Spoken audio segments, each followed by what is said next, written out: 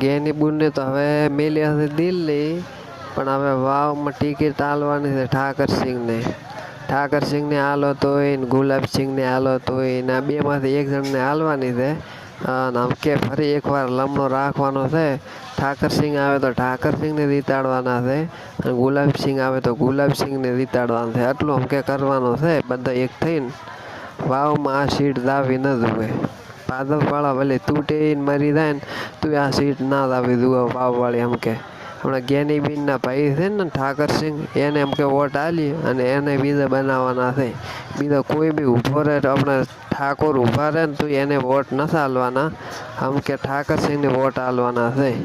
આમ કે હરુભરી ઠાકોર ઊભા રહે તો વોટ ના આલતા. જેમ કે આપણે જ્ઞાનીબેન ભેગો હે ને ઠાકરસિંહ ફર્યા છે અને વોટ એમને હલાયા છે બધાના. આમ કે આટલો લમણો રાખવાનો છે. બધા એક થઈને આમ કે જ્ઞાનીબેનની જગ્યાએ ઠાકરસિંહને જીતાડવાના છે. બરાબર ને? આ રેકોર્ડિંગ વધારે શેર કરી દો તમે. બધા એક થઈ અને આમ કે ઠાકરસિંહને જીતાડવાના છે. જ્ઞાનીબેન માટે તો આટલી બધી મહેનત કરી હતી ને ઠાકરસિંહે, તમે વાત જ છોડી નાખો.